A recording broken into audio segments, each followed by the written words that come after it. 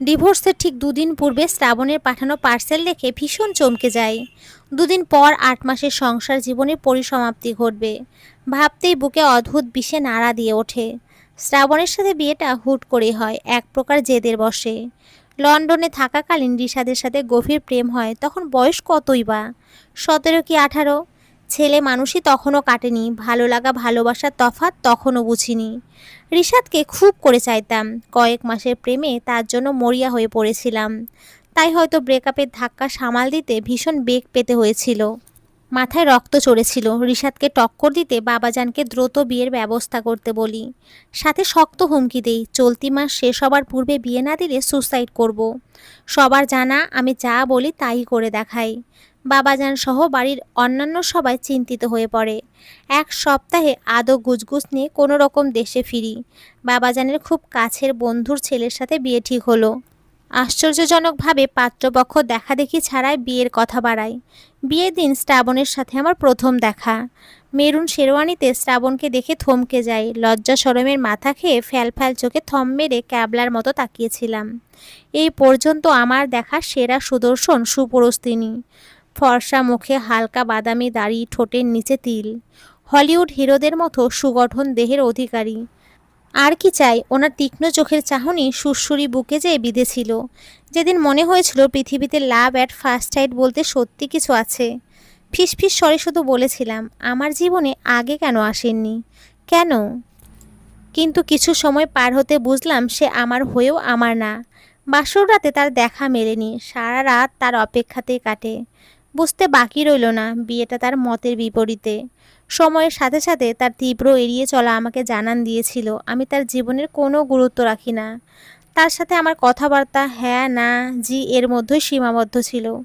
মাঝে মাঝে পেছন থেকে আষ্টে পিষ্টে জড়িয়ে ধরে খুব বলতে ইচ্ছে করতো, কেন এই এড়িয়ে চলা, আমাকে কি একটুও ভালোবাসা যায় না?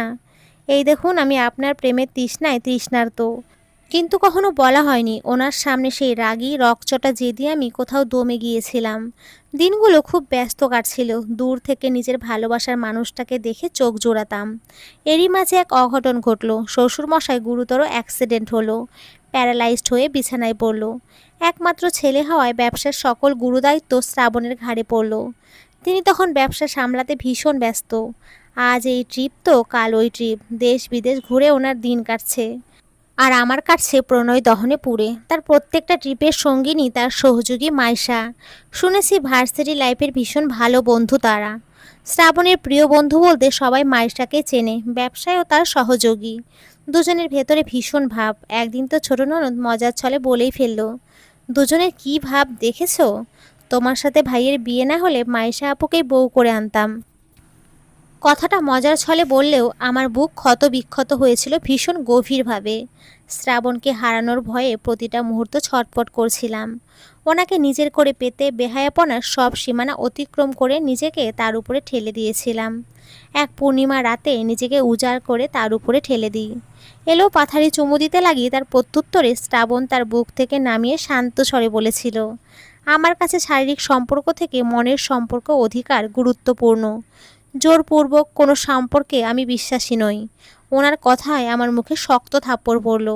মনে হয়েছিল ওই মুহূর্তে নিজের প্রাণ বিসর্জন দেই। এমন অপমানিত কোনো দিনও হইনি। লজ্জা অপমানে পাথর হয়ে রইলাম।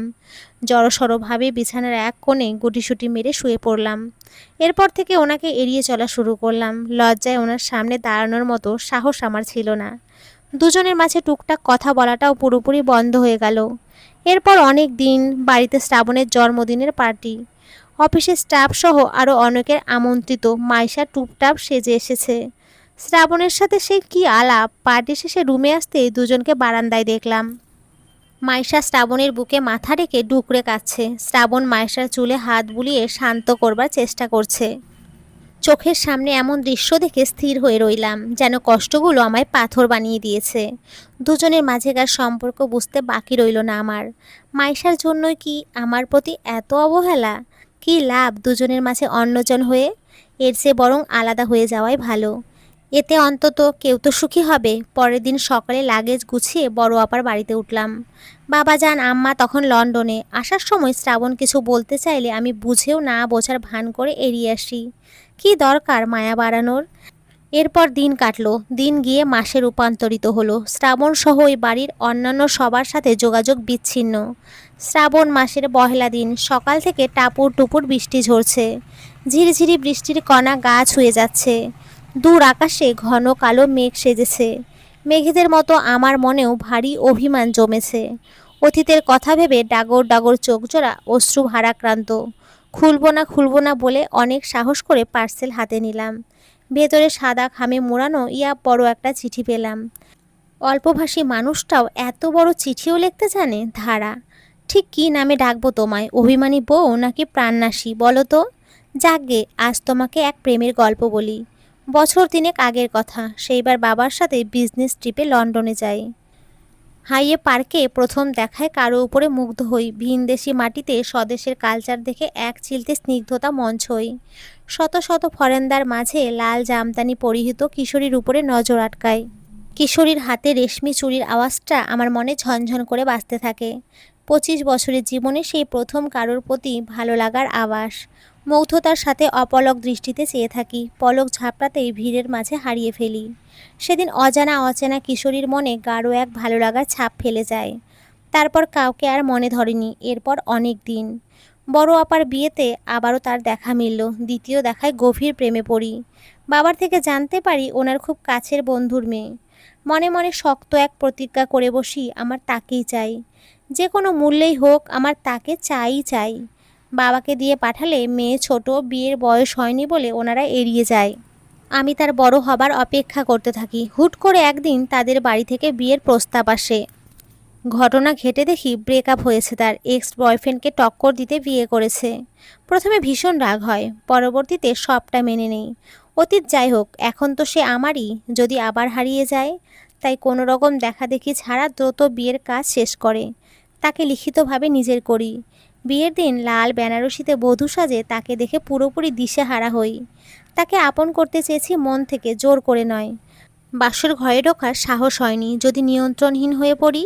কিন্তু নিজেকে আটকাতে পারলাম কই। শেষ রাতের দিকে সুরসুর করে তার রুমের দিকে ছুটে আসি।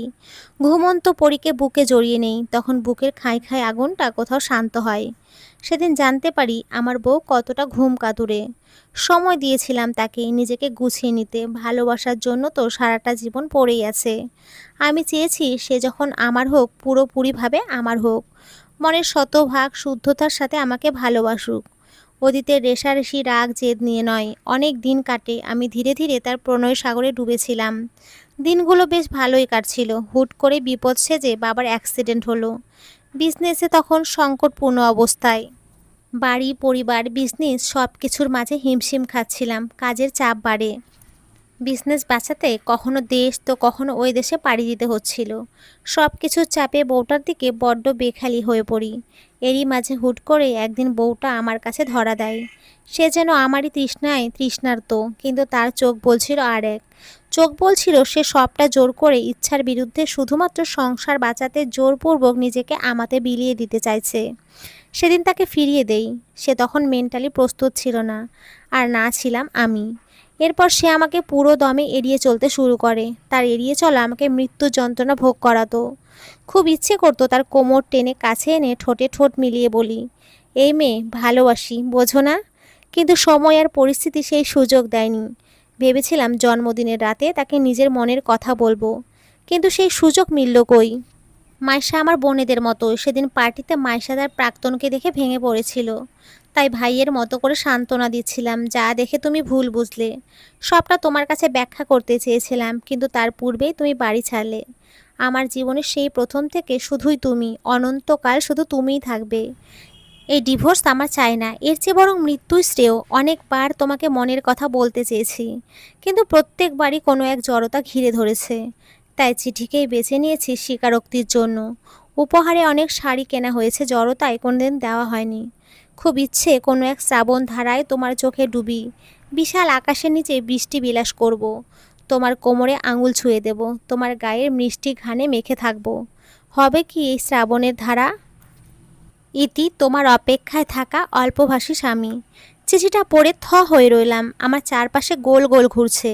শ্রাবণ সেই প্রথম থেকে আমাকে ভালোবাসে, আর আমি কিনা ভুল বুঝে দূরে এলাম। চোখ থেকে টপ টপ করে খুশির জল ঝরছে। আমি দ্রুত হাতে পার্সেল খুললাম, লাল জামদানি, কাচের রেশমি চুড়ি, সাথে ছোট্ট একটা চিরকুট। আবারও তোমাতে মগ্ন হতে চাই, তোমার স্নিগ্ধতায় ভিজতে চাই। চটজলদি শাড়ি চুড়ি পরে খুব করে সেজে বেরিয়ে পড়লাম। পেছন থেকে আপা বলল, কোথায় চললি? নিজ ঠিকানায়। চমৎকার এক হাসি উপহার দিয়ে বাড়ি থেকে বেরিয়ে পড়লাম। আপার হয়তো বুঝতে কষ্ট হলো না, বাড়ি ফিরে শ্রাবণকে কাঁথা মুড়ো দিয়ে শুয়ে থাকতে দেখলাম। ঘরে মৃদু আওয়াজে গান চলছে। কপালে হাত রাখতে বুঝলাম ওনার জ্বর হয়েছে, তাও প্রচণ্ড। এত জ্বর নিয়ে বিছানায় পড়ে ডক্টর দেখাননি কেন? শ্রাবণ আধো আধো চোখ মেলে মুচকি এসে বলল, ডক্টরের ঔষধ নয়, তুমি নামক ঔষধের প্রয়োজন। সবটা বোঝেন, সবটা জানেন, শুধু আমার বেলায় অবুঝ হওয়ার নাটক। শ্রাবণ গা কাঁপিয়ে হাসলো, বুকে টেনে নিয়ে কপালে গাঢ় চুমু এঁকে বলল, অভিমানী, বড্ড ভালোবাসি সেই প্রথম থেকে। আমিও ভালোবাসি, ভালোবাসি, ভালোবাসি। বাহির কালো হয়ে এসেছে, ঝোড়ো হাওয়ায় ঘরের সাদা পর্দাগুলো এলোমেলো উড়ছে।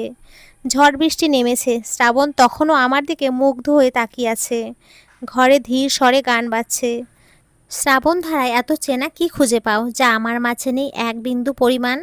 আমার সরল লেখার চিন্তাধারায় আড়াআড়ি করে দাগ কাটো কেন? নাকি কাঁদিয়ে আমাকে সেই চোখের জল, এই ভেজা তৃষ্ণার্ত হৃদয়ে? এ শুধু আমি মরীচিকার মতো, তবে তাই যদি হয় করি না কো ভয়।